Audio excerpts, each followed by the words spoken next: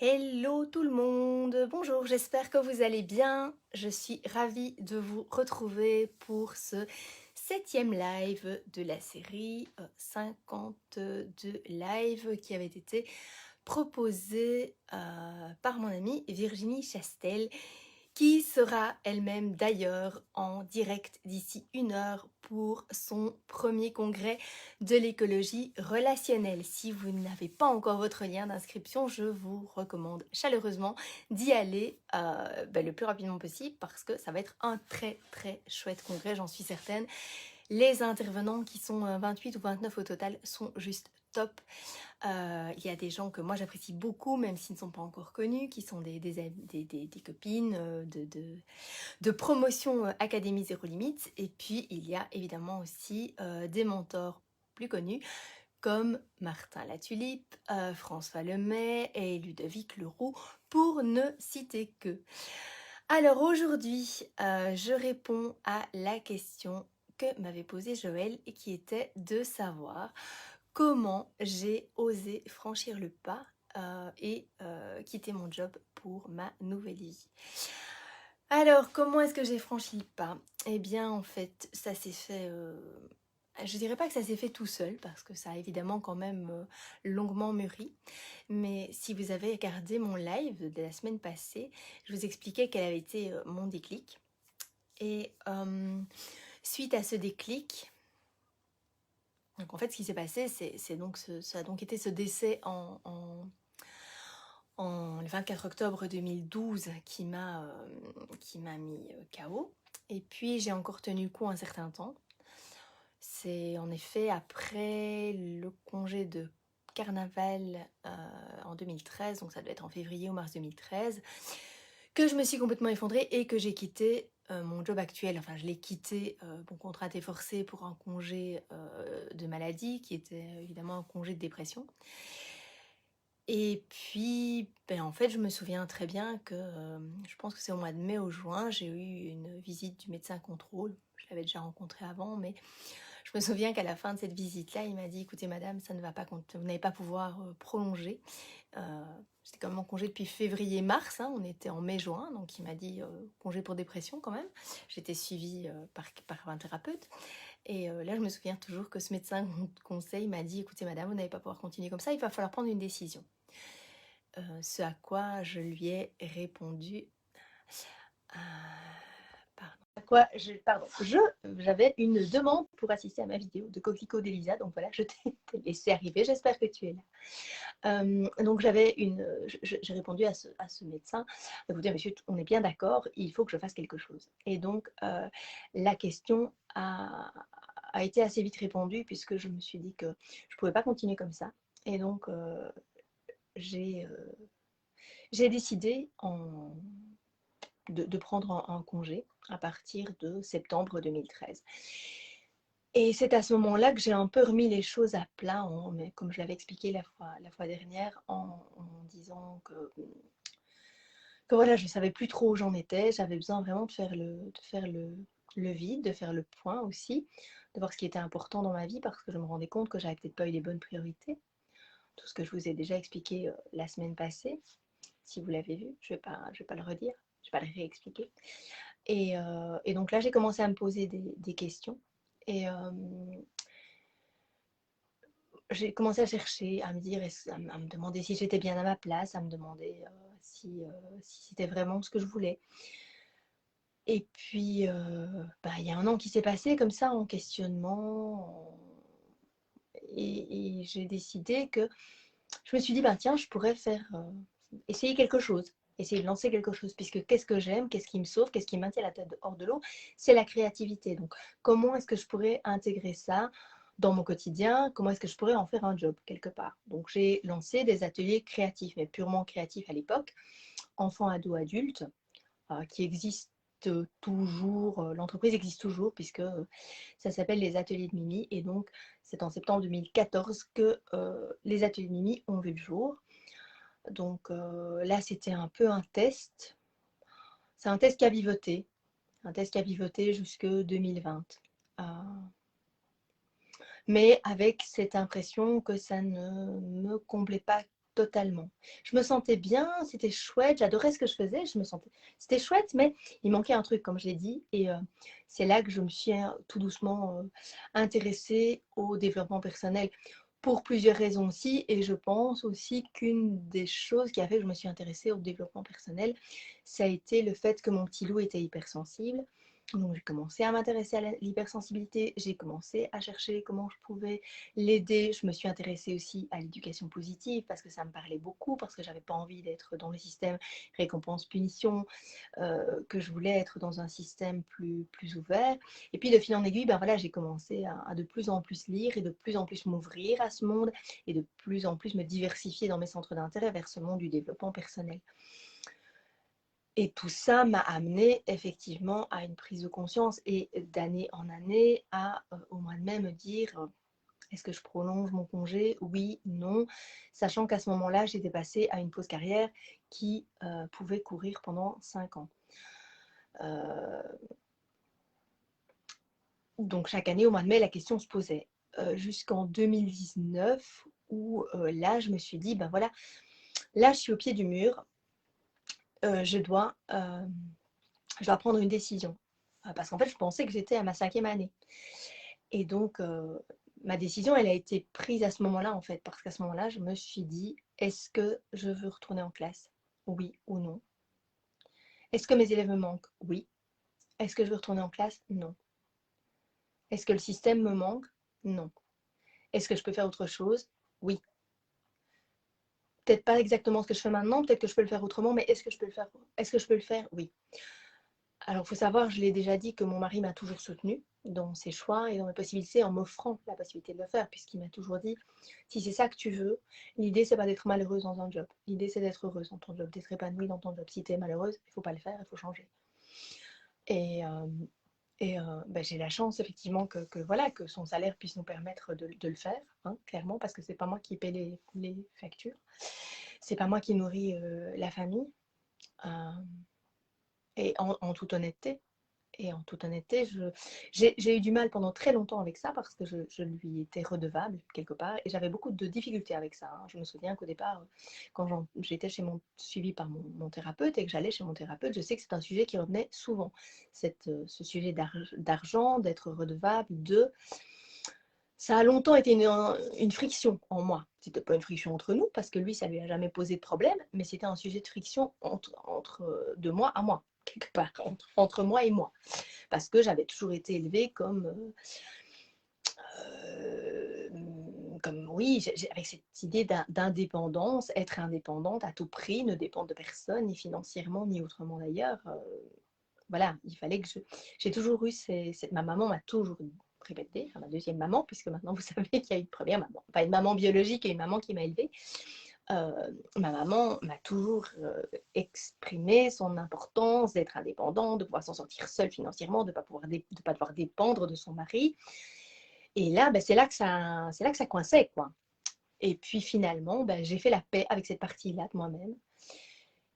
Et je me suis dit, ben oui, il a raison, en fait. Ce qu'il faut, c'est que je sois heureuse. Parce que si je ne suis pas heureuse, ben, lui ne le sera pas non plus, mes enfants ne le seront pas non plus. Ils sentiront qu'il y a quelque chose qui coince. Donc, à un moment donné, j'ai décidé de faire la paix avec ça et de me dire, oui, je dois être heureuse dans mon job. Oui, j'ai envie d'être heureuse dans mon job. Et être heureuse dans mon job, ça passe par la case ne pas retourner en classe. Ne pas rentrer dans ce système qui ne me convient plus. Et donc, voilà, ben, c'est comme ça, finalement, que j'ai osé franchir le pas. C'est en ayant le soutien de mon mari, en ayant le soutien de mes enfants pour qui ça ne posait pas de problème, puisque voilà, quand on me demande ce que je faisais, bon, oui, je organisais des ateliers créatifs. Maintenant, quand on leur demande ce que je fais, voilà, mon petit loup a dû faire cette année, puisqu'il est en 6e primaire, il a dû parler du boulot de ses parents. Alors bon, pour son papa, il a fallu expliquer qu'il était architecte en informatique, donc on a essayé de lui expliquer le parallèle avec la construction des maisons. Pour sa maman, il a dit, qu'est-ce que je dis?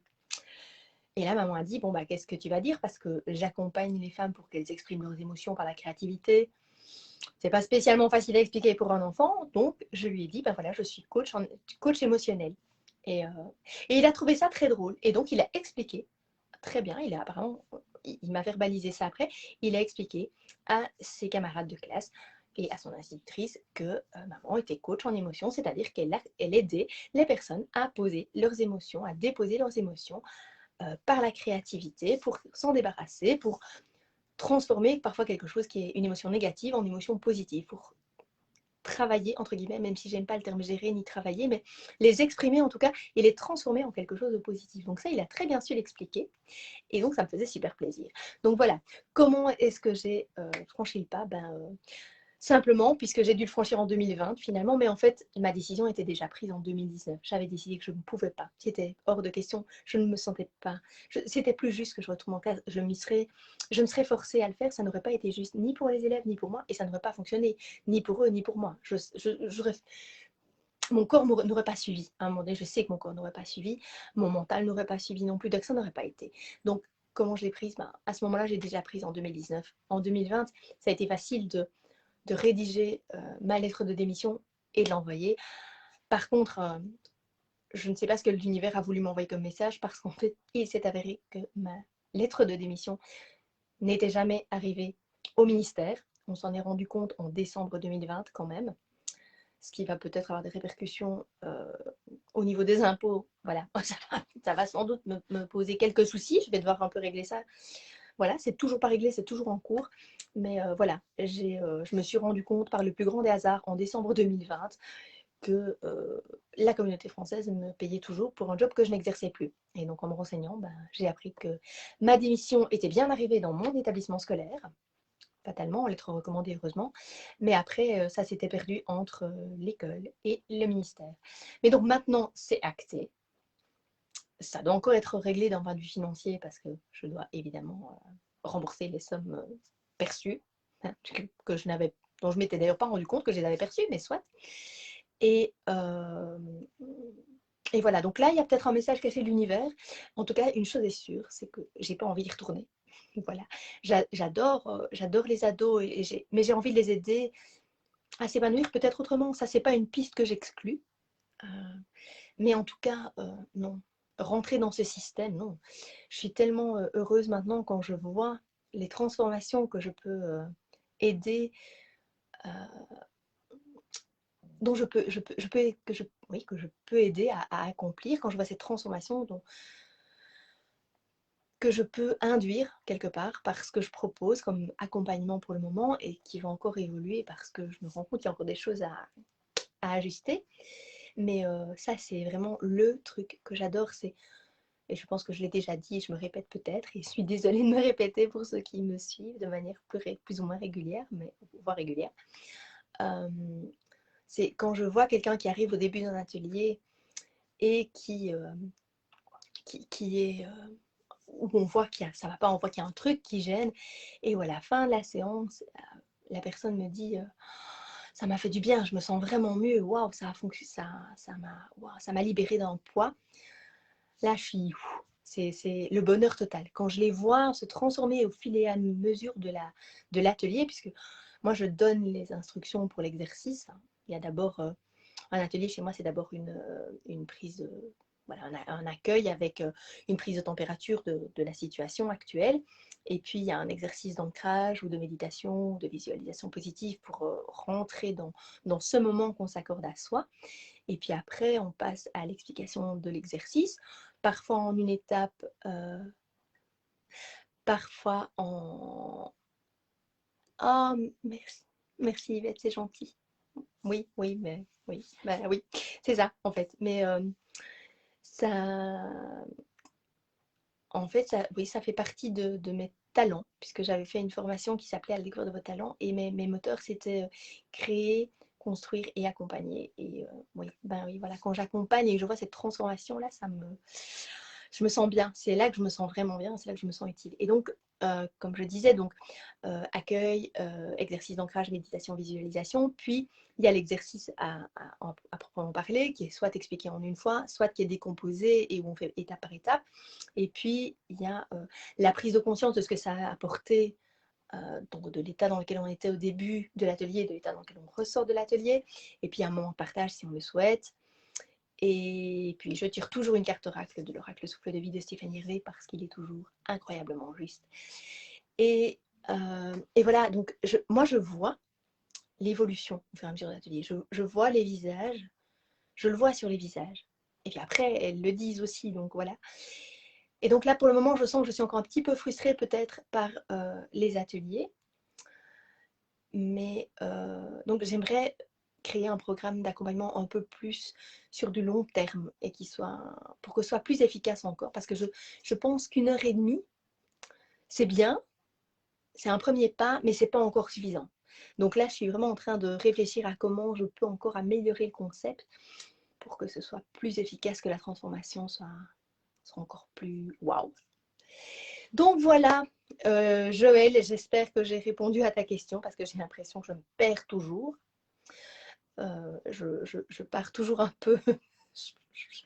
Il y a un fil au départ, mais après, c'est comme si les fils se séparaient parfois en petits fils encore et que ça m'emmène vers autre chose. Mais donc voilà, j'ai osé parce que. Je crois que j'ai osé surtout parce que j'avais le soutien des miens finalement. Parce que mes enfants n'ont jamais rien. Ont suivi naturellement. Mon mari m'a soutenue. Merci. Merci, Yvette. Mes parents, je pense qu'ils ont eu un peu plus de mal. En tout cas, ils ont eu du mal avec le fait que je quitte l'enseignement, qui était quand même m'ont quitté un poste sûr, un job sûr que j'allais garder jusqu'à la fin de ma vie avec un job d'indépendante où on savait qu'il y a par contre aucune sécurité, hein, zéro. Maintenant, moi, je savais en tout cas, je le sais toujours d'ailleurs, hein, que si j'ai envie de retourner en enseignement, c'est facile. J'aurais même le choix des écoles, puisqu'on pleure pour avoir des profs de langue, hein, donc c'est vraiment pas un souci. Je sais quelque part au fond de moi, je pense que je sais qu'il y a un filet de sécurité, mais je sais aussi que j'ai pas envie de faire appel à ce filet de sécurité parce que c'est plus ça qui m'anime et c'est plus ça qui me nourrit à l'heure actuelle. Ce qui me nourrit, c'est vraiment de voir la transformation de ces femmes et de les aider à aller mieux, de les aider à être plus épanouies et plus sereines, comme moi j'ai pu réussir à m'épanouir et à être plus sereine en me servant de la créativité, entre autres. Et c'est là que je dis que j'évolue encore parce que je me sers plus que de ça. Il y a aussi toute une série de questionnements qui vient derrière. Et c'est pour ça que je viens de faire une formation en coaching positif. J'ai passé mon examen ce matin. Dans 3 semaines max, j'ai les résultats. Donc j'espère que ça a été, parce que c'était quand même 3 heures de questionnaire. C'était quand même c'était pas évident, mais bon, voilà, on verra. Hein. J'avais bossé régulièrement, donc ça devrait le faire. Et puis, je commence aussi lundi une formation pour devenir coach Ikigai. Voilà, ça c'est la prochaine étape. Et celle d'après est déjà prévue aussi, donc voilà, je fais mon chemin, je continue à évoluer. Et c'est Sophie Chag qui disait la semaine passée lors d'une masterclass que j'ai suivie que nous sommes des êtres d'évolution. Et c'est tout à fait ça. Donc, tout en essayant de calmer ma boulimie de formation, parce que je me rends compte que parfois c'est un petit peu boulimique, j'essaie d'ajouter des cordes à mon arc pour pouvoir aider un maximum de personnes et trouver vraiment un fil rouge qui soit le mien, une méthode qui soit la mienne pour apporter de l'épanouissement, de la sérénité et un bien-être aux femmes que j'ai envie d'aider, qui me ressemblent, qui sont comme moi j'étais avant de découvrir tous ces outils, avant de découvrir tout ce qui me permet de m'épanouir aujourd'hui. Voilà. Donc, ceci étant dit, je vais clôturer ce live. J'espère que je vous ai apporté des choses intéressantes, que je vous ai apporté de la valeur. J'espère, Joël, avoir répondu à ta question. Si jamais vous me regardez en replay, mettez un petit hashtag replay. J'ai vu que Yvette qui a un badge de super fan. Ça me fait super plaisir parce qu'Yvette, je la connais depuis que je suis toute petite. Voilà, c'est quelqu'un qui m'a connue enfant et ça m'a fait super plaisir de la retrouver par le biais de cette page notamment. Et voilà, ça me fait plaisir de te suivre, de voir ton évolution parce que voilà, tu m'as fait part de certaines prises de conscience aussi et ça me touche énormément. Et voilà, donc j'espère vous apporter de la valeur quand je fais ces lives. N'hésitez pas donc à mettre un hashtag replay, n'hésitez pas non plus à me poser des questions parce que je vous rappelle que voilà, j'adore interagir et répondre à vos questions. Ben, c'est une chouette manière de faire ces vidéos, de faire ces lives et ben, ça m'anime, voilà, moi aussi. Et j'adore vous retrouver ainsi le vendredi soir. Je savais que ce soir, ça allait être peut-être un peu plus compliqué de voir des gens parce que, comme je l'ai signalé au début, il y a mon amie Virginie Chastel qui lance à 20h son live d'ouverture pour son congrès d'écologie relationnelle. Je vous invite si vous ne savez pas voir le live ce soir, c'est pas grave, mais en tout cas, ça commence demain. Si je ne me trompe pas, c'est jusqu'au 12 ou 15, je ne sais plus. Je pense que c'est jusqu'au 15 parce que vu qu'il y a 28 ou 29 intervenants, et c'est gratuit, c'est entièrement gratuit. Vous pourrez y voir des personnes super inspirantes. Il y a les titres des conférences. Moi, déjà, j'ai déjà fait ma petite wishlist là, parce que je sais que je ne pourrais pas tout regarder. Mais cependant, si vous vouliez tout regarder, il y a le coffret qui est disponible via le lien. J'ai mis des liens dans mes posts et je le remettrai éventuellement demain s'il y a des personnes intéressées. Sachez cependant que le coffret, si vous voulez, avec les replays des masterclass, etc., est disponible jusqu'à ce soir minuit au prix de 97 €, 97 € pour les Françaises qui me regarderaient. Et après, je pense qu'il passe à 147. Donc voilà, si jamais ça vous dit, il y a des très chouettes masterclass avec des personnes super sympas et super intéressantes. Voilà. Je vous souhaite une très belle soirée. Merci Yvette. Je vous souhaite une très très belle soirée, un très beau week-end et je vous retrouve vendredi prochain pour un nouveau live. Merci à vous, à bientôt, passez une bonne soirée. Ciao tout le monde.